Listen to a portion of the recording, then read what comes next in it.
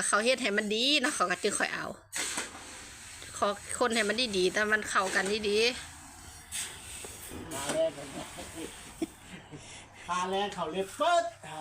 ๆมันติดเล็บครบเจ้าของไปเป็นหนี้เขาไว้เนาะอยากได้ของเขาหันไปเอามันยันจ่ายหนี้หันบ่อยากจ่ายจะพูดหนาโลหิตทั้งแม่ทั้งลูกปล่อยมันนี่นะมันดีๆให้มันเข้ากัน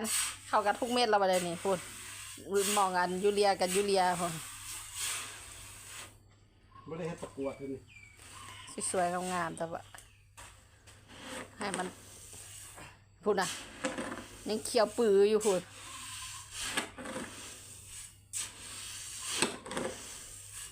คนอยู่หันจาก12 รอบนี่เป็นยัง